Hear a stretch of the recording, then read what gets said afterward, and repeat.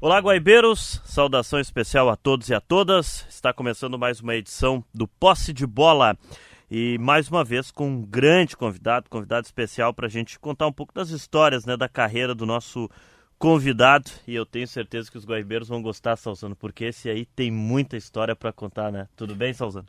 Tudo bem, Paulo? Boa tarde para você, boa tarde a todos. Eu não tenho dúvida nenhuma de que uma hora será pouco diante de tantas histórias. Aqui no nosso convidado especial, um grande amigo, principalmente, que a gente fez aí ao longo dessa trajetória do meio do futebol. Foi um grande árbitro, apitou a Copa do Mundo e é com muita satisfação que a gente recebe aqui nos nossos estúdios o grande Renato Marcília, que é o convidado de hoje aqui do Posse Bola. Como é que tá, Marcília? Boa tarde, é sempre muito bom te ouvir aqui na Rádio Guaíba. Boa tarde, Salzano, boa tarde, Paulo, boa tarde, amigos da Rádio Guaíba. O prazer é muito grande meu. É um prazer enorme estar aqui, essa rádio que tem uma história, né? De transmissões esportivas, não só no Rio Grande do Sul, no Brasil e principalmente no exterior, em Copas do Mundo, né? Uma rádio pioneira. E eu fico muito satisfeito em voltar. Entrei aqui, já tive algumas vezes aqui, quando eu era árbitro, né, convidado. Ou seja, deve fazer mais de 20 anos que eu não entro aqui nos estúdios da Rádio Guaíba. Edifício Hudson. E bateu uma nostalgia, né? A gente volta o filme para trás, começa tudo de novo. Se pudesse, né, começava tudo de novo. Poxa, que legal. A gente agradece ao Marcília por vir até aqui os estúdios da Rádio Guaíba. O Posse de Bola que tem a produção do Carlos Eduardo Torres e também do Haroldo Santos. A mesa de áudio do Davidson Rosa, a coordenação de central técnica do Guilherme Silveira, a central de gravações do Luciano Vargas e também do Guilherme Silveira. A coordenação de esportes do Rafael Pfeiffer, a gerência de jornalismo e esporte do Rafael Sequim e a direção geral de Claudinei Girotti. Posse de Bola, que tem o oferecimento de Banrisul, a nova conta para crianças e adolescentes do Banrisul. O Banrisul conosco aqui no Posse de Bola. Renato Marcília, o nosso convidado do episódio do Posse de Bola, que você também confere no Spotify. E falar muito, né, específico, um ano de Copa do Mundo, Marcília. Copa de 1994, 2 jogos apitados. Jogo da Bélgica, né? Bélgica e Holanda, pode me corrigir aí se passar, né, o jogo. E a Suécia contra a Arábia Saudita, né? O 3-1. Bélgica e Holanda no estádio onde hoje o Brasil joga com a Croácia. O estádio Citrus Bowl lá em Orlando. Exatamente. E depois, nas oitavas de final, apitei Suécia e Arábia Saudita no Cotton Bowl, em Dallas. E a partir dali, quando o Brasil passou para as quartas de final, os árbitros dos países que se classificam para as quartas, na época era assim, hoje eles já deixam até a semi mais ou menos, mas na época, eventualmente pode algum clube que passa uma seleção que tem um árbitro de qualidade que não se classifica, tem árbitro de melhor qualidade na fase final. Então a FIFA alterou um pouco, né, mas na época, quartas de final, classificado, o árbitro já era dispensado, né? E isso aconteceu não só na Copa do Mundo, mas aconteceu também em outros 2 mundiais que eu apitei. Em 91, em Portugal, sub-20, que o Brasil foi para a final com Portugal no Estádio da Luz, perdeu nos pênaltis, inclusive. Aquela seleção brasileira tinha Roberto Carlos, Marquinhos, Paulo Nunes, Elber. Meu amigo hoje trabalha no Bayern de Munique. Jogou na seleção brasileira aqui no Cruzeiro. Ídolo lá na Alemanha. Não, ele é ídolo, ele trabalha no Bayern de Munique, né? E era uma seleção muito boa. Acho que o Emerson era goleiro reserva, esse que é presidente do Bahia, não é? Enfim, mas perdeu nos pênaltis. Então eu apitei também lá, apitei 2 jogos, chegou nas quartas de final, o Brasil passou, foi para a final.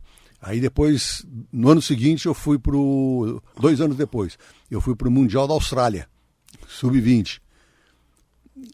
Era um time que tinha Dida, Argel, Jean, Ian.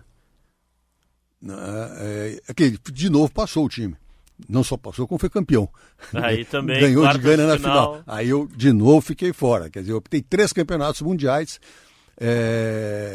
Nos 3, o Brasil chegou na final e eu fiquei de fora. E sobre o Brasil ter até ido à final, e em 94 você estava lá nos Estados Unidos, o Brasil conquistou o Tetra, tem uma curiosidade em relação ao estádio, porque se apita Suécia 3, Arábia Saudita 1 no Cotton Bowl em Dallas, veio a ser o estádio de Brasil 3, Holanda 2 nas quartas, então sim, também tem essa curiosidade. Eu estava lá, inclusive. Eu ainda fiquei mais um tempo nos Estados Unidos e assisti esse jogo. Eu assisti esse jogo lá Aí nós tínhamos um ingresso VIP lá da FIFA, né? Eu fui lá no estádio de Cotton Bowl. Para mim, aquele jogo foi digamos assim, a final antecipada. Foi a final antecipada. Aquele Brasil e Holanda. Exatamente. O time da Holanda, eu apitei Holanda e Bélgica. O time da Holanda tinha Koeman, tinha... E a Holanda perdeu esse jogo da Bélgica, né? Perdeu por 1-0. O goleiro era o Michel Prudhomme, da Bélgica. Foi um dos maiores goleiros do mundo. O que eu vi, talvez foi a maior atuação de um goleiro de jogo que eu atuei na minha vida. O que o Prudhomme fez. Depois ele foi jogar no Bayern de Munique. Era um goleiraço. Mas tinha Bergkamp, Rijkaard, Overmars, o time da Holanda, Koeman. O Overmars que foi eleito, se não me engano, o craque jovem da Copa, né? A FIFA tem esse prêmio. O time da Holanda era muito bom. Como foi depois, em 98, um time mais maduro, e foi até a semifinal com o Brasil, né? Banriway do Banrisul é a conta gratuita que incentiva a educação para crianças e adolescentes com controle dos pais pelo app. Acesse o app do Banrisul, o Banrisul que está conosco aqui no Posse de Bola. A Holanda vai carregar uma pecha, né, carrega, né, e acho que um dia vai acontecer de ganhar a Copa, mas sempre com bons times, bate na trave e não vai, né. De 74, com 3 finais. A geração Cruyff, Neskins, né, Rosenbrink, foi vice-campeã, também pegou a Alemanha de Beckenbauer, Breitner, Gerd Müller, Littbarski, Overhaar. Ele é um espetáculo, aquele meio-campista, Overhaar. E o goleiro era o famoso, não era o Oliver Kahn, anterior dele, um dos melhores goleiros do mundo. Daquele time alemão. Eu tô tentando lembrar também. Eu me encontrei com ele, tirei uma foto lá depois na Copa de 2010 na Alemanha. Sepp Maier. Sepp Maier. E depois chegou na Argentina, quase ganhou da Argentina na final. Aí perdeu na final para a Espanha na prorrogação. Também era uma grande seleção, né? Em 2010. 2010? Isso. Quantas Copas como comentarista de arbitragem? Aí depois pega de 98 a 2022 direto, né? Pegou todas na sequência. Agora até, Marcílio, antes até de a gente ir para essa parte de comentarista de arbitragem em Copas, imagino que muitas delas, inclusive, no local... Como é que foi para você, na Copa de 94, quando você recebe a confirmação da FIFA? Eu vou até a Copa do Mundo. Como é que foi também esse ciclo de preparação, que teve aí decisões importantes pelo caminho aqui no futebol brasileiro, e o dia que tu recebe, de fato, a notícia, a confirmação da FIFA? Eu vou para a Copa do Mundo. Bem, durante, digamos assim, os últimos 2 anos... as coisas estavam encaminhadas para o meu nome ou para o nome do Márcio Rezende de Freitas. O Márcio que foi na Copa seguinte, 98. Então, o trabalho era um trabalho de fazer o melhor possível, né? Até porque eu já tinha ido ao Mundial em 91, Sub-20, fui ao Mundial em 93, um ano antes, e esses campeonatos mundiais Sub-20 e também Jogos Olímpicos são aquelas competições em que a FIFA observa aqueles árbitros que ela tem em mente quanto à possibilidade de irem para uma Copa do Mundo. Quer dizer, eu sabia que eu estava nessa relação. Ao ir, principalmente, no Mundial de 93, um ano antes, eu sabia que eu estava na linha de tiro, como se diz assim, né? Aí tivemos Libertadores da América, eu apitei final de Supercopa dos Campeões da América, no Morumbi, até o São Paulo e Flamengo. Enfim, vinha sendo escalado em jogos importantes, semifinal de Libertadores, 2. Então você sabe que está na expectativa. E aí veio a convocação para os testes físicos em Dallas. Isso lá por março. Não é? O janeiro veio a convocação para se apresentar em abril. E a Copa era em junho.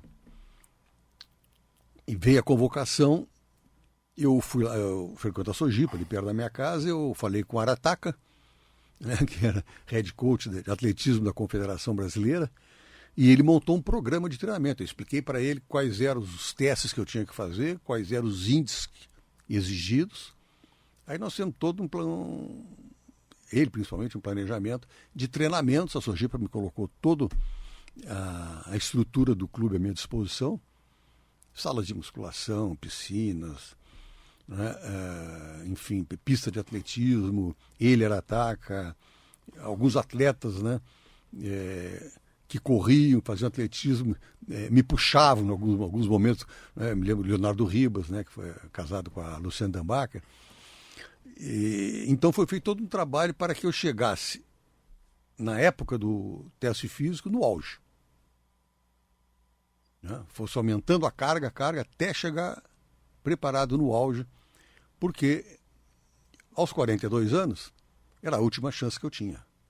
Ou eu passo nos testes físicos e vou para a Copa, ou não passo e nunca mais apito uma Copa do Mundo.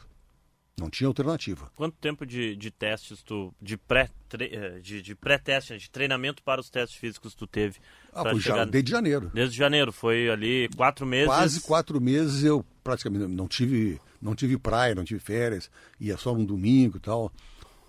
Tinha que ter um dia de descanso pelo menos, durante a semana, mas um treinamento forte de 3, 4 horas por dia. E aí, muito cuidados também para não, com 42 anos, mesmo fisicamente eu sempre me preparei muito, você tem que ter cuidado por causa de lesões, né? Daqui a pouco uma distensão, um problema de ligamento e tal. Mas, então, tudo muito bem planejado pelo Arataka. Infelizmente, eu cheguei lá e fui o 5º teste físico do mundo. Ficou no top 5 fiquei top 5 dos testes físicos da FIFA. Não é? E isso foi em abril, final de abril. 2 semanas depois eu recebi a comunicação por parte da CBF e também por parte do Dr. Abílio de Almeida, que era o vice-presidente da Comissão de Arbitragem da FIFA, e era o braço direito do Dr. João Avelange, me comunicando que eu estava convocado para a Copa do Mundo. Aí a primeira... quando eu recebi o primeiro pensamento que me veio à cabeça, eu venci. Quer dizer, agora não importa mais lá dentro do campo, lá é comigo agora. Eu venci, quer dizer, eu cheguei numa Copa do Mundo. Pouquíssimos chegam e eu consegui chegar. Então ali foi o máximo. Tanto que depois da Copa eu recebi o convite para trabalhar na época na RBS e parei, depois fui para a Rede Globo. Fiquei 20 anos lá. Mas depois da Copa eu achei que não tinha mais por que continuar apitando. Encerra no auge. E já tinha sacrificado muito a minha família. Né? Sacrificado minha mulher, meus filhos. Minha mulher foi mãe e pai de meus filhos. Viajava muito. Né? Na época Libertadores da América você saía para fazer jogo terças e sextas. Não tinha bandeira FIFA, né? Era tudo árbitro, saía um trio de árbitros. Então você saía para fazer 2 jogos. O mesmo trio. Um deles fazia 2 bandeiras e os outros 2, cada um apitava o jogo. Então você saía na segunda-feira, dependendo se fosse o jogo em Medellín, na Colômbia, você ia no domingo. Né, para chegar segunda em Bogotá, chegar até Medellín, para voltar no sábado, trabalhava terça, sexta, voltava no sábado, e aconteceu várias vezes, foi nenhuma nem 2. De eu chegar sábado, eu estar lá em Medellín, eu estar em Cali, ou estar em Caracas, na Venezuela, que é lugares distantes, né? Se aqui em Montevidéu, Buenos Aires, é mais tranquilo. Né? Você está em Guayaquil, no Equador, e aí vem um aviso, olha, quando chegar, eu vou chegar, já sabiam qual eram os meus voos, tudo, a CBF avisa, olha, quando chegar no Galeão, ou Guarulhos, enfim, você já pega o voo tal, e vai para Belo Horizonte para fazer um jogo no domingo. Emendava praticamente um jogo no outro. Pô, entende? E o descanso foi um voo de 6 horas. Não é? Então, que praticamente não descansa, né? Porque realmente... Aí você chega, passa um dia descansando no hotel, para poder entrar em campo razoavelmente concentrado e bem preparado fisicamente para apitar um jogo de Campeonato Brasileiro. E nunca era jogo simples, que na época os árbitros da FIFA, como é hoje, pega sempre o jogo maior, né? Sim. Quer dizer, o jogo sempre maior mídia, jogo grande, é um jogo grande, então tem todo esse problema. Quer dizer, problema bom para nós, né, para o árbitro, enfim, não é esse problema, tem toda essa situação para você administrar. E aí a família, você saiu de casa um domingo, vai voltar na outra segunda. Enfim, aí depois já tem o Campeonato Gaúcho, tem o Campeonato Brasileiro e tem Copa do Brasil. Apenas uma dúvida até em relação a uma resposta anterior tua, Marcília. Nesse período de preparação para a Copa, por óbvio, ficava de fora da escala, só focando na preparação para a Copa. Ou não? Não. Tinha também? Sendo, só uma dúvida que eu fiquei mesmo. Sendo escalado normalmente. Sim. Fazia a tua pré-temporada e o jogo também. Não, nem pré-temporada, já começa fevereiro começa o Campeonato Gaúcho. Já era temporada. Fevereiro, março, abril, aí já começa o Campeonato Brasileiro. Complementava, no caso, isso. Não tem como parar. Até porque se parar, não recebe, né? Hoje os árbitros agora têm salário. Até 1º de março não tinham. Ou seja, se você apita, ganha. Se não apita, não ganha. E aí? Como é que eu vou ficar 4 meses? Ô Marcília, você fez a referência, né, de apitar jogos grandes e como tu era um dos principais árbitros, sempre pegava jogos grandes. Imagino que naquela época, assim como hoje, tem as polêmicas em volta da arbitragem, da atuação, o dirigente cobrando em cima de um lance ou outro, o outro dirigente do outro clube também.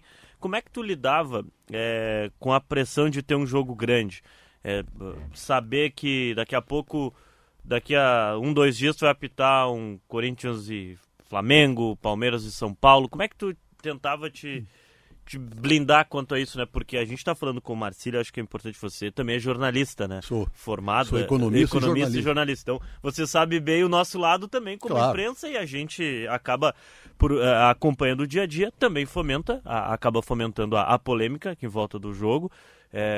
Vamos há pouco tempo agora aqui nas finais do Gauchão, do que se falou durante a semana do segundo Grenal. Existia naquela época também. Como é que tu lidava com isso? Para o nosso ouvinte, para quem está nos acompanhando, como é que o árbitro Renato Marcília lidava com isso? Porque eu quero lhe ouvir quanto a isso, porque sabendo que você também é jornalista, então sabe como é que funciona os dois lados, digamos assim.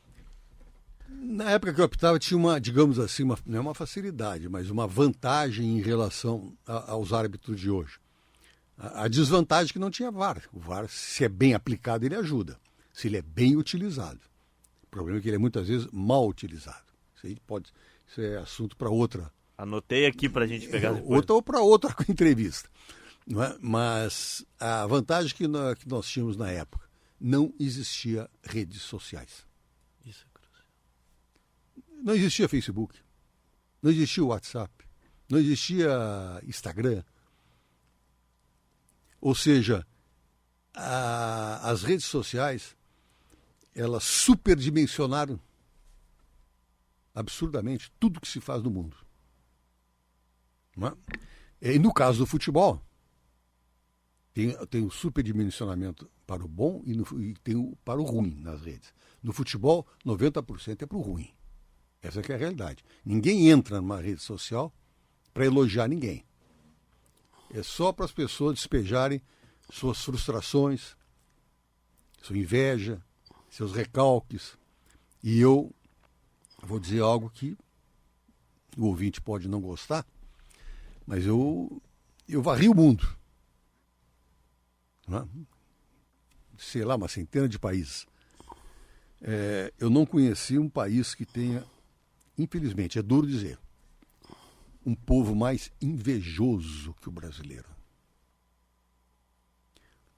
O brasileiro inveja qualquer um que tenha sucesso. E quando faz sucesso, o que o brasileiro faz? É a mentalidade do caranguejo. O que é inveja? O conceito da inveja. A inveja não é você querer ser o que o outro é. Você querer ter o que o outro tem. Porque você sabe, o invejoso sabe que não tem competência, ele é um medíocre e que jamais vai conseguir chegar aonde aquele que fez sucesso chegou. A inveja, o conceito da inveja é você não querer que o outro tenha. E se o outro tem, você tenta desmerecer, você tenta diminuir aquilo que o outro tem para puxar aquele que foi sucesso, teve sucesso para o seu nível. Essa é a inveja verdadeira.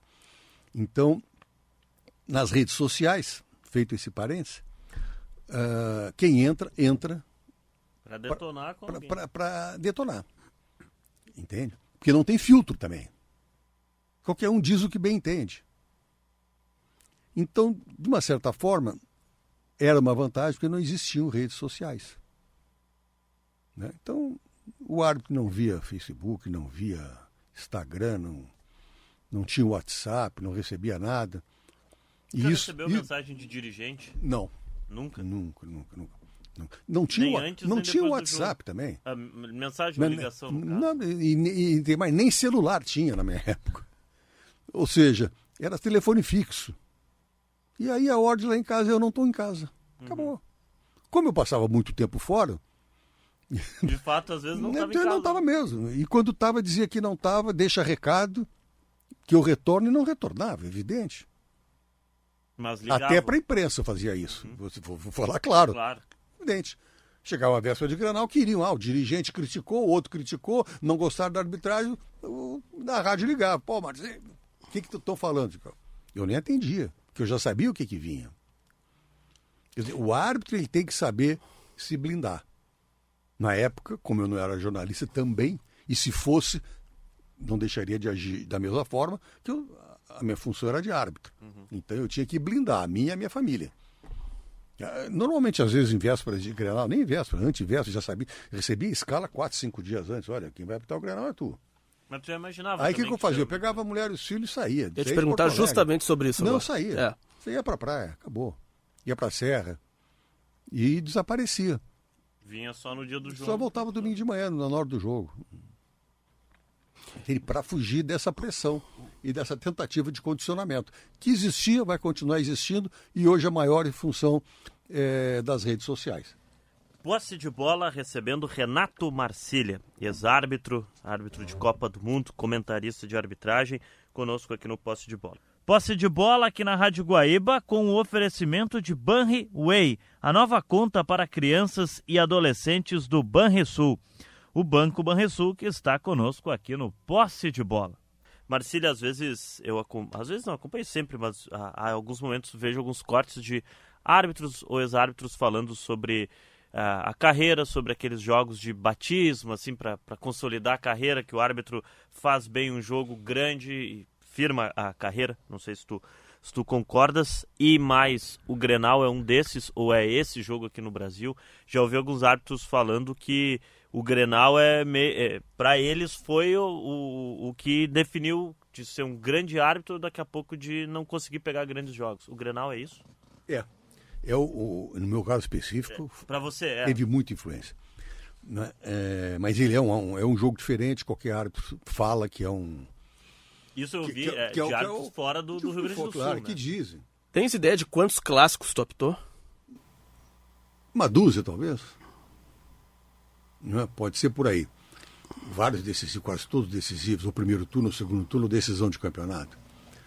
E ele é um divisor de águas, né? Se você vai bem até, não tem, ajuda um pouco, mas se vai mal pode sepultar uma carreira, não é? Ficar marcado. E os árbitros de fora que vêm aqui todos dizem isso, que é o clássico mais difícil do Brasil, e eu apitei todos, quase todos.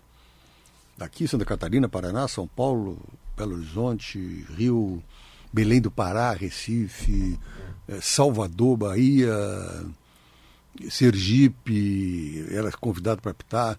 Olha, não apitei em Manaus, Acre, não tinha, mas a maioria, Natal apitei. Os grandes clássicos então, do país afora. Seguido, chegava nas finais dos campeonatos estaduais, não estava escalado aqui, eles ligavam e me chamavam para ir. E é o mais difícil, não há dúvida nenhuma. No meu caso específico, teve um Grenal, que foi, eu me lembro até hoje, marcou tanto que foi 8 de maio de 1986. Me lembro que foi um Dia das Mães. Eu acho que foi essa data, 8 de maio de 86. E eu não apitava grandes jogos, pelo contrário. Estava um outro jogo de menor na Série A, no Campeonato Gaúcho, né? Divisão especial chamado, mais jogos de Série B, e apitava segunda divisão. E eu me lembro que eu fui apitar um jogo de segunda divisão em Santo Ângelo. Olha aí, que beleza. Foi com o São Juí, e agora acho que era a Associação Santo Ângelo, porque tiveram vários times lá, era Elite... Tamoio? Não, mas foi a Associação Santo Ângelo. Então foi a ES e São Luís. Isso, a ES e São Luís. E ali o pau quebrava sempre, né? Era o clássico. E eu fui apitar esse jogo em 86, deve ter sido lá pela metade de abril, e correu tudo tranquilo. Não aconteceu nada, sabe que dá sorte também um pouco, né? Jogadores respeitaram, foi 0-0 e sem problema nenhum. E eu estou no vestiário, tirando o uniforme, trocando de roupa, enfim, já tomei banho, para vir embora, e toco na porta, tal, o delegado veio atender, era o presidente da federação, o Rubens Hofmeister, que tinha uma reunião de vice-presidentes naquele fim de semana lá em Santo Ângelo. E estava lá, inclusive o Peronde, que era vice de Juí, depois passou a ser presidente, grande amigo Peronde, saudoso, Hofmeister também saudoso. E foram lá, me cumprimentaram, pô, excelente, tal, prazer de conhecer, não me conhecia. Prazer de conhecer, assim que eles me receberam, que eu recebi, eles não me conheciam. E aí na semana seguinte eu apitei um jogo, acho que foi do Internacional em Rio Grande, contra o São Paulo, e na outra teve mais 2 semanas teve um Grenal, esse Grenal. E na hora de fazer a escala, não quer que nós vamos escalar, era o Nazarino Pinzon, o diretor de árbitros. E disse, olha, deu vários nomes aqui, uns 4, 5 nomes que nós fazemos um trabalho com eles. Aí o Hofmeister disse assim, não, mas eu vi um rapaz lá apitar lá em Santo Ângelo, esse aqui, ó, quem é que apitou lá em Santo Ângelo? Ele perguntou o nome, quem é que apitou lá em Santo Ângelo? Aí o diretor de árbitro disse, olha, é Renato Marcília. Parece que é isso mesmo. Não, mas esse é um ex-árbitro de basquete, foi árbitro da internacional, tal. Nós estamos preparando ele com calma, não dá para colocar. O Hofmeister disse assim para ele, bota no Grenal. Presidente da federação, não, mas bota no Grenal. Se não der certo, ele volta pro basquete dele e pronto. E acabou a carreira. E foi assim que eu fui escalado naquele Grenal. Foi um Grenal em que o Renato Portaluppi e o Mauro Galvão, cortados pelo Tele Santana para a Copa, vieram para Porto Alegre. Acho que o Galvão depois foi, inclusive, a Copa. Machucou um zagueiro e foi, mas o Renato ficou fora, aquela discussão, aquela pulada de muro lá com o Leandro. Sim. Isso. E voltaram, começou o jogo, 3 minutos, 1-0 para o Grêmio, gol do Renato. O Internacional virou, 5 minutos, segundo tempo, botei o Renato para a rua. Ele brinca comigo até hoje. Que batismo, hein? Um primeiro clássico, hein? Botei o Renato para a rua, no Estádio Olímpico, uma decisão do segundo turno. Renato Marcília conosco no Posse de Bola. Por sinal, o Renato é meu amigo hoje, estou muito bem com ele, a gente se dá muito bem, ele brinca comigo sobre essa expulsão e tal. E outras vezes, eu tem muito jogo dele no Flamengo também. Mas, enfim, e esse jogo repercutiu muito. E essa decisão de eu ter tido a coragem, falava que era coragem, não era coragem, era cumprir a regra. Mas como eu era um árbitro desconhecido, eu era muito conhecido no basquete. Eu tinha sido árbitro internacional, tinha apitado Jogos Pan-Americanos, final, com a Zaya Thomas dos Estados Unidos na época, que era universitário, né? Lá no Porto Rico, finais de Sul-Americano, Montevidéu, Luna Park, em Buenos Aires, quer dizer, já era muito conhecido, mas não no futebol. Então, o Grenal, para mim, foi o divisor de águas. Se eu não apito aquele Grenal, talvez eu não chegasse onde cheguei, porque no final do ano, abriu uma vaga de aspirante à FIFA E a vaga era do Roque José Galas, falecido, amigo. E o Hofmeister foi lá e disse, não, a vaga é queriam colocar outro árbitro, não, a vaga é do Rio Grande do Sul, não abro mão. Não, mas quem é que tem? Tem esse árbitro aqui, Renato Marcílio. Não, mas ele trabalhou pouco no Campeonato Brasileiro. A vaga é dele. Eu estou apostando nele. E a partir dali aí eu passei a apitar jogos de Campeonato Brasileiro direto, né? Isso em 86, em 88 eu fui aspirante à FIFA. No início de 88, quer dizer, 86, 87, 88 eu fui para aspirante à FIFA, 89 eu fui para a FIFA. Quer dizer, tu foi ajudado? Fui. Fui empurrado? Fui. Todos são.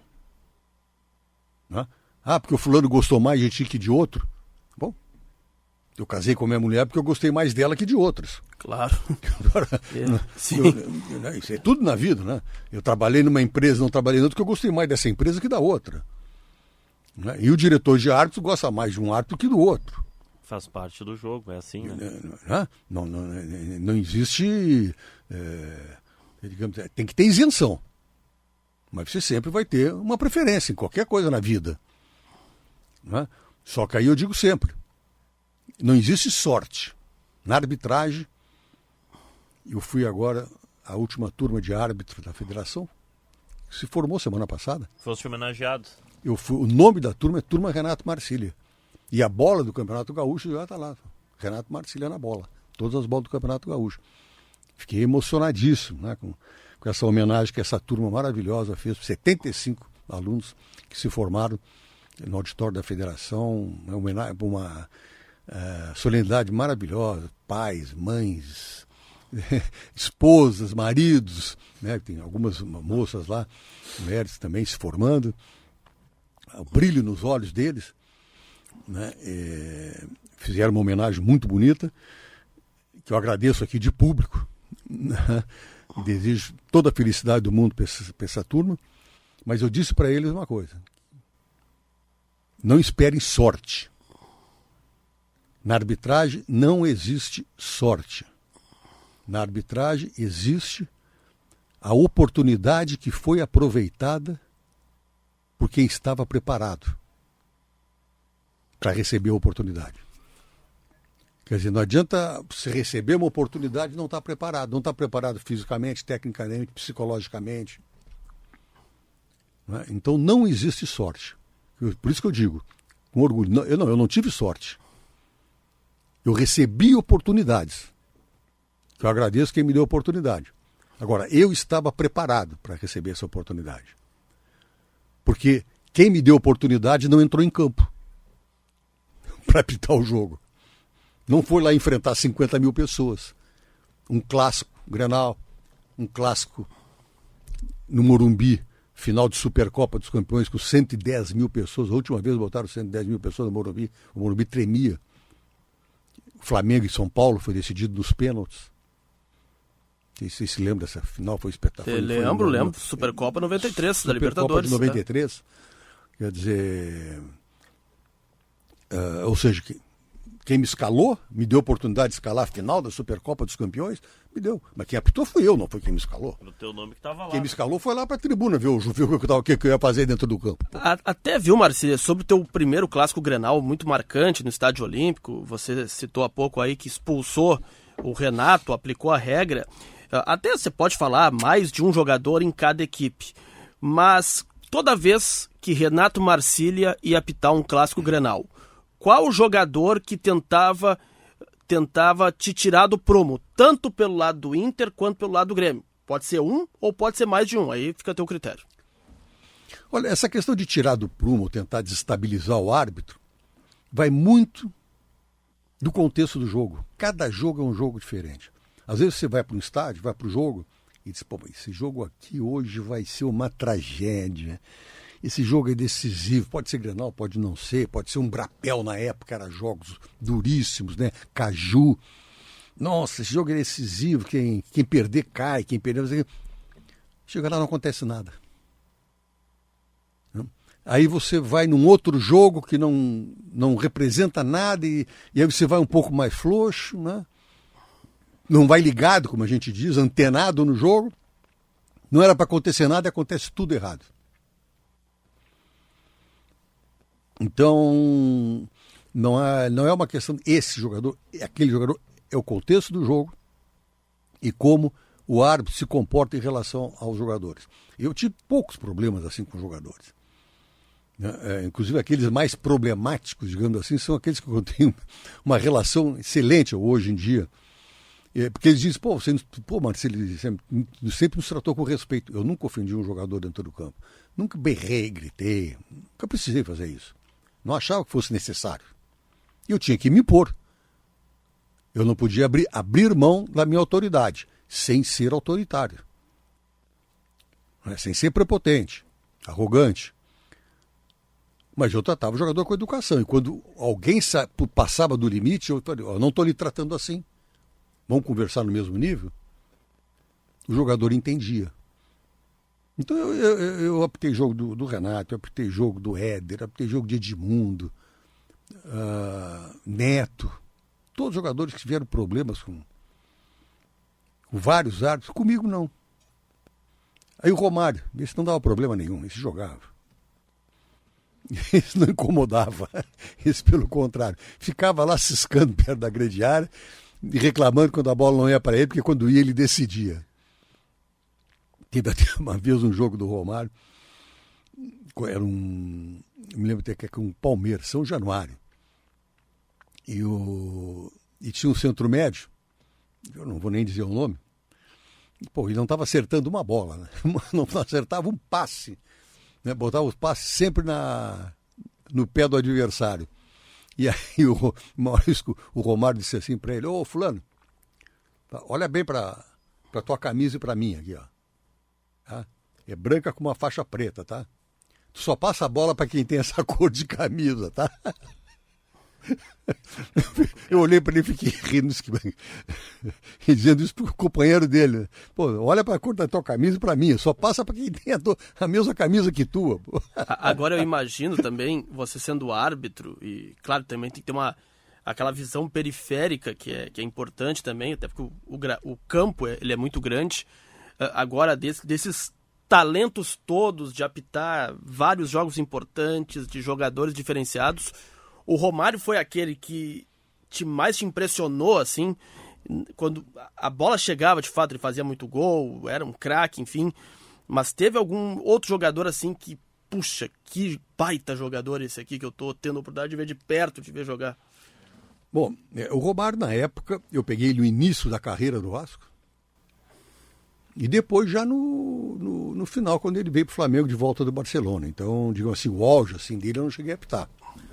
Agora, apitei jogo da seleção argentina, eliminatório de Copa do Mundo, de 94. Bom, tinha Maradona. Tinha um volante, que eu considero um dos melhores do mundo em todos os tempos, Fernando Redondo. Era um espetáculo, era um extraordinário volante. Jogou aqui em Porto Alegre, inclusive, um jogo argentino. Foi aplaudido pela torcida aqui, me lembro até hoje em Porto Alegre, num jogo contra o Brasil. Ruggeri, Batistuta. Estou falando dos argentinos agora, né? Tinha uma seleção maravilhosa. Colômbia, eu apitei também, muitos times colombianos, da seleção colombiana. E aí tinha Valderrama, o Trem Valência, jogou no Corinthians depois o Rincon, acho que faleceu até no acidente. Sim, teve uma. Rincon, o Andrés Escobar, que foi morto quando voltou da Copa do Mundo, era um zagueiraço, né? Mondragón, goleiro, grande goleiro, e Higuita, quer dizer, tem jogo desse pessoal todo. Aqui no Brasil, na época, jogava aqui no Brasil, era um jogador maravilhoso, era Leonardo. Jogou no Flamengo, lateral esquerdo, depois no São Paulo, foi lateral da seleção, 94, 98, e agora foi até pouco tempo atrás, era diretor executivo do PSG, né? O Leonardo era um jogador de uma classe, de uma categoria, de uma intensidade, e leitura de jogo, inteligente para jogar o Leonardo. Leonardo valia a pena apitar um jogo dele, né? Dizer, pô, eu tô jogando aqui e apitar o jogo de São Paulo naquela época. Tinha Leonardo, tinha Raí, Miller jogava muito. Miller, Silas, Careca, apitei jogo dele. Então eu pensava assim, pô, o pessoal tá aqui na arquibancada pagando caro, e eu tô ganhando uma bela grana para correr do lado desses caras aqui dentro do campo. Pô, eu sou um privilegiado, pô. Imagino. Eu ganho para correr do lado deles, só não posso tocar na bola, mas o resto eu posso fazer o que eu quiser, e o pessoal tá pagando para ver e eu tô ganhando, para ficar do lado deles aqui. Então, Zico, pô, pelo amor de Deus, tem jogo do Zico. E é um senhor, um cidadão dentro do campo. O Zico era impressionante. E ajudava o árbitro. Se alguém criava uma confusão com a força, ele deixa o homem apitar. Larga o cara. O Zico era ótimo de apitar o jogo dele. Já apitei jogo do Zico na volta dele da Udinese. Maestro Júnior, quando voltou já do Pescara, fez Torino, Pescara voltou, apitei inclusive uma final de Copa do Brasil contra o Goiás. O Júnior era o capitão do time. O Flamengo foi campeão lá em Goiânia. Tinha sido na época o maior público do Serra Dourado, né? Foi aquela final do Flamengo com o Goiás. O Goiás tinha Luvanor, o Túlio, era um excelente time. Foi uma final lá em Goiás. E o Maestro Júnior já voltando da Itália, também apitei jogo dele, era um jogadoraço também. Era impressionante, ele deslizava em campo com a bola. Então eu tive a sorte de, digamos, apitar numa época que a grande maioria desses craques estavam no Brasil. Jogavam aqui, né? Não saía tão cedo como Exatamente. hoje. Quando eles saíram, já saíram. O Falcão saiu do Brasil com 26 anos, ou 27, né? E era o que acontecia também na época. Eles já saíam depois que faziam a sua carreira, solidificavam uma carreira nacional e internacional dentro do Brasil. Então eram grandes jogos. Mazinho, César Sampaio, Mauro Silva, peguei no Bragantino, inclusive meu amigo, vice-presidente da Federação Paulista, foi meu aluno na Fundação Getúlio Vargas, no curso de Gestão Estratégica de Esportes, que eu sou professor, o curso FIFA-CIES, né, o CIES é o Centro de Estudos de Neuchâtel. O Mauro Silva foi meu aluno, Evair, aquela época, o pessoal todo, aquela época de 82, 89, 90, 91, 92, até 95, eu parei quando eu vim em 94. Então aquela geração toda que jogava aqui dentro do Brasil, eu tive a sorte de apitar jogos deles. Lembrando que o posse de bola é para Banrisul, Banriway.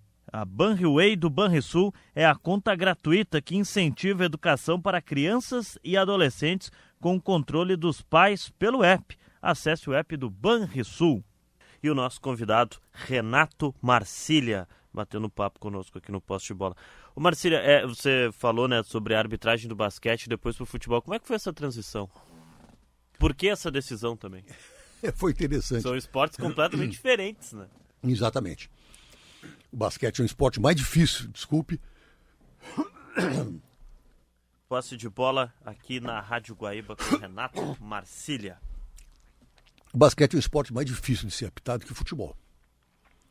Porque ele é muito contato direto. Pode ser que seja um pouco mais violento, digamos assim, apesar das regras serem mais rígidas, né? E tem um número reduzido de jogadores proporcionalmente ao tamanho da quadra. A quadra de basquete é 14, a média é 14 por 26, tamanho médio em geral. Pode ser 13 por 24, 14 por 26 ou 15 por 28. O futebol de campo hoje a medida padrão é 105 por 68. 105 por 68. Ela já teve 110 por Não, 75. já teve. O Maracanã tinha 120. Quem ia jogar no Maracanã, apitar no Maracanã, disse, pô, esse campo não acaba nunca. Serra Dourada. Também. O campo do São José, as pessoas achavam que era pequeno, era um campo grande. A dimensão do campo do São José. Do campo em si, eu me lembro. Então, o que acontece? Eu cheguei árbitro internacional de basquete, apitei 5 sul-americanos, apitei 2 finais de Taça Brasil de basquete. O Marquinhos, que faleceu agora, era meu amigo, grande Marquinhos, maiores pivôs que eu já vi atuar. Eu apitei Marquinhos, Marcel, Oscar, Hélio Rubio, Fran Sérgio, Fausto, Robertão, Adilson, Zé Geraldo, Carioquinha. Também foi a minha época, eu tive a sorte também de apitar desses jogadores todos, né? Ou seja, eu estava acostumado a lidar com um grande jogo e estava acostumado a lidar com a torcida. Que isso muitas vezes é uma barreira para o árbitro que está começando. Ele vai para o jogo e tem torcedores que xingam, que ofendem, que pressionam. Poxa, mas para mim isso, em que o ginásio de basquete é menor e a torcida está a 3 metros da quadra, Torna um... para o futebol, para mim, isso não teve zero problema. Zero dificuldade, zero pressão. Porque nos jogos de basquete, na maioria das vezes, nem policiamento tem. E no futebol, além de estar distante, tu tem um policiamento. Claro que sem querer ser preconceituoso. Sim, claro. O nível de quem joga basquete é completamente diferente daquele que joga futebol. Né? E o jogador de basquete, para poder jogar, ele tem que conhecer a regra. Se ele não conhece a regra, ele não consegue jogar. Ele vai fazer doble drible, ele vai ficar mais 3 segundos no garrafão, ele vai ficar mais tempo com a bola que o permitido, ele vai fazer falta boba, enfim. Ele tem que conhecer a regra. O jogador de basquete o primeiro nível de aprendizado do jogador de basquete é conhecer a regra do basquete. Senão ele não joga, ele não consegue jogar, não consegue desenvolver, ele não consegue fazer a mecânica do jogo sem conhecer. Vai levantar o pé de pivô antes de quicar a bola no chão. Ele tem que saber a regra. O de futebol não sabe nada. E não precisa para jogar, né? E para jogar tu precisa saber que não pode botar a mão na bola, pode dar um pontapé no adversário e a bola vai entrar naquele retângulo lá. E aí quando acontece alguma coisa diferente que o árbitro toma a decisão, fica todo mundo sem saber o que fazer. Entre jogador e dirigente. Dirigente também sabe menos ainda. Porque esse nem jogar, joga. E o que é o pior? Não faz a mínima questão de ensinar o jogador. Mas é tumultuar às vezes. E dá pitaco. Exatamente. Agora, são os reis de darem opinião sobre a arbitragem, sendo rigorosamente zero à esquerda em regra de futebol. Né? Então, essa transição aconteceu a partir de 79, no Porto Rico, em que eu apitei jogos fui o árbitro da FIBA nos Jogos Pan-Americanos, e junto estava o José Roberto Reit, que apitava futebol pela FIFA. E ficamos juntos no mesmo hotel, o Hotel Gran Bahia, em San Juan, onde ficaram os árbitros, todas as modalidades, e tornamos amigos, e somos amigos até hoje, um grande amigo. E o Reit disse, não, por que não vai apitar futebol? Eu digo, não. Pô, Zé, deixa eu me dizer, pô, Zé Roberto, eu gosto de basquete, meu esporte é basquete, até hoje eu vejo basquete direto na televisão. E, não, mas vamos pro futebol. Bom, aí ele veio apitar uma semifinal de Campeonato Brasileiro aqui em 79, você deve estar lembrado, Inter e Palmeiras. Sim. O Palmeiras do Tele Santana, o tempo que o Inter foi campeão, o Inter do Falcão. E ele, como sempre fazia quando vinha aqui, se hospedou lá em casa. E foi lá para casa, nós fomos pro jogo.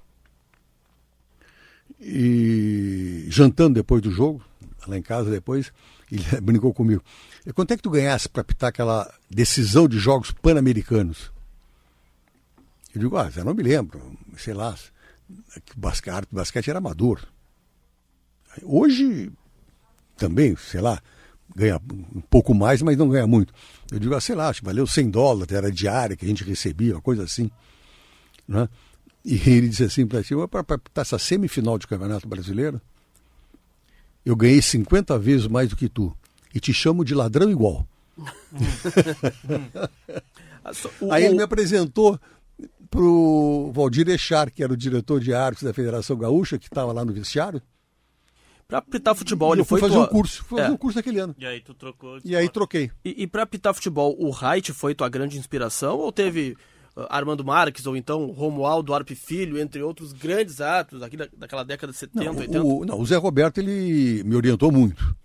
Até porque nós éramos amigos pessoais e a gente conversava muito seguidamente, era natural que ele me orientasse no início da carreira. Mas, Armando Marques é uma referência. A arbitragem brasileira se divide entre antes e depois do Armando. Ponto. O Arnaldo foi uma referência, primeiro árbitro na final de Copa do Mundo. Tecnicamente, para mim, o melhor que eu vi, fazia o que queria com o apito na boca, Romualdo Arpe Filho. Depois que eu entrei na FIFA, a gente ia na jogos de Libertadores e dirigentes, jogadores, a gente se encontra tudo que é país da América do Sul, eles perguntavam como está Senhor Arpe. Ele é conhecido na América do Sul como Senhor Arpe. Nossa autoridade, né? Não, ele era o baixinho era impressionante. Era de uma inteligência, né, muito grande. O Armando Nogueira dizia que o jogador de futebol, o bom jogador, ele lê o jogo. Ele vê o jogo. Né? Agora, o craque, ele antevê. Ou seja, quando a bola está chegando para ele, ele já mapeou tudo na sua volta para saber qual a jogada que vai acontecer e qual a segunda jogada que vai acontecer.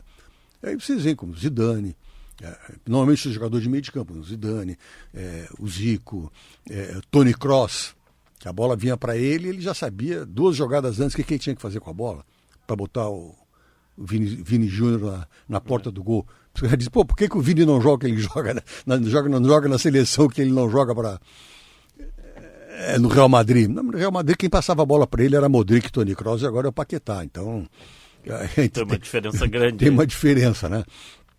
Enfim, então, esses jogadores são craques.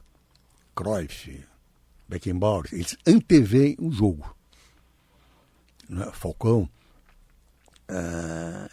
No Brasil tem muitos também. Mas o árbitro é aquele também, que não é o que apita o jogo só. Não apita aquilo que ele está vendo. Ele apita aquilo que ele está antevendo. Ou seja, para evitar uma confusão. Se eu deixar essa jogada seguir, que é mais dura, mais adiante vai dar um pontapé mais forte, eu vou ter que marcar a falta lá, não marquei aqui e vou me incomodar. Então eu mato o jogo aqui. Não é matar o jogo para não deixar o jogo dar. Eu marco essa falta aqui. Não dou essa lei da vantagem porque ela é perigosa. Mas só faz isso quem é muito inteligente. Quem antevê o jogo. O Romualdo Arpe Filho era um desses. Ele antevia o jogo. Por isso, para mim, tecnicamente, foi o melhor. Arnaldo, grande árbitro. Zé Roberto Reit. Na área disciplinar, tinham 2. O Reit do Cid Vanderlei Bosquilha. Mas eram 2 árbitros de uma maneira, digamos assim, diferente de apitar dos outros. Era uma coisa muito mais quase que no corpo a corpo, né? De outros árbitros. Não era, apesar de ele ser meu amigo, não era a minha forma de apitar. Né? E o Armando Marques, que foi da comissão de arbitragem da Sul-Americana, da Comebol, quando eu apitava, que esse é a arbitragem brasileira, é antes e depois dele. Renato Marcília conosco no Posse de Bola. Marcília, temos mais 2 minutos e te agradecemos muito pela presença aqui. Começamos falando de Copa, então para terminar, você contou um pouco da tua trajetória até chegar à Copa, da tua carreira de apitar no basquete, mas do seu trabalho para estar na Copa de 94, como de fato esteve naqueles 2 jogos. Quando tá para começar a Bélgica e Holanda, depois, né, teve a Suécia e a Arábia Saudita, né, os 2 jogos. O que o Marcília pensou ali, que é a consagração, conseguiu chegar no objetivo? O que foi que passou na tua mente quando tá para entrar com os jogadores em campo, né, no protocolo da Copa? Ali é o seguinte, cheguei, eu venci. Agora é comigo. É aquela velha questão, velha frase. Me deram a oportunidade. Eu tenho que aproveitar. Esse momento é meu. E eu lutei para chegar até aqui. Então eu não vou desperdiçar. É isso que tem que pensar.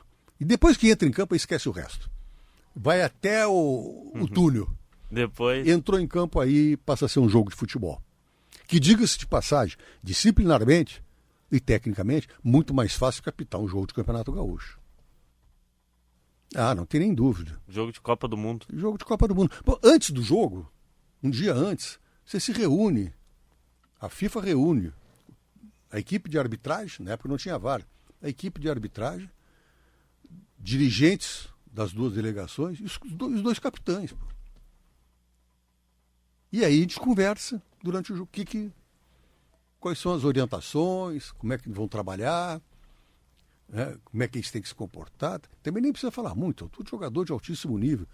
Agora, você imagina que faz uma reunião dessas antes, na hora do jogo as coisas já chegam mais tranquilas. Pô. Entende? Não há aquele grau de belicosidade que existe num campeonato estadual, no campeonato brasileiro. As punições são muito duras. Não tem justiça desportiva, é tribunal de penas. É direto. Não é? Até o torcedor, né? Leonardo, que é aquele cotovelaço. Lembra? Sim, Tabi sim. Ramos, na Copa 94, lateral esquerdo, titular, cracaço de bola. Tomou 4 jogos no dia seguinte. Acabou, não jogou mais a Copa. A Copa é bem direta. Não, A FIFA é bem direto. É tribunal de pena. Ponto. E não tem recurso. Ponto. Está decidido. O senhor vai ficar 30 dias, 20 dias, 4 jogos, 3 jogos, sei lá. Recentemente teve o caso do Soares, né, com o Chiellini na Copa de 2014. Também, até porque está ali no tribunal, no Código Disciplinar, tem ali, ó. Jogador que deu um pontapé no outro, 2 jogos. Jogador que cuspiu, 5 jogos. Jogador que não sei o quê, 4 jogos. Quer dizer, ele só olha a súmula do árbitro, olha o tape do jogo, vê onde... E dá o gancho. Entra que enquadra o jogador, olha, é o artigo 9, linha A. 9A, quanto é que deu? 4 jogos. Ponto, 4 jogos pro senhor, acabou. Deu, não tem E pronto, não tem discussão. Então o jogador sabe que é assim. E como é uma competição rápida, ele sabe que se tomar uma suspensão ele não joga mais. Pois é. Renato Marcília, olha, passou voando o tempo. Foi muito rápido. A gente vamos lhe convidar mais vezes, com toda certeza. Muita história ainda pra gente falar. Mas muito obrigado pela presença conosco aqui na Rádio Guaíba no Posse de Bola. Eu que agradeço o convite. Fiquei muito satisfeito de retornar aqui aos estúdios dessa rádio tão querida, né? E uma audiência maravilhosa, junto com os amigos. E estou à disposição. Foi um prazer enorme. Nós que agradecemos. E um grande abraço aos ouvintes. A gente que agradece, né? Obrigado, Salzano. Valeu, PN. Posse de Bola com o oferecimento de Banriway, a nova conta para crianças e adolescentes do Banrisul, o Banco Banrisul, conosco aqui no Posse de Bola. E esse foi o episódio 60 do Posse de Bola aqui na Rádio Guaíba. A gente volta a qualquer momento na Rádio Guaíba e também para você a qualquer momento lá no nosso Spotify Guaíba Esporte. Tchau!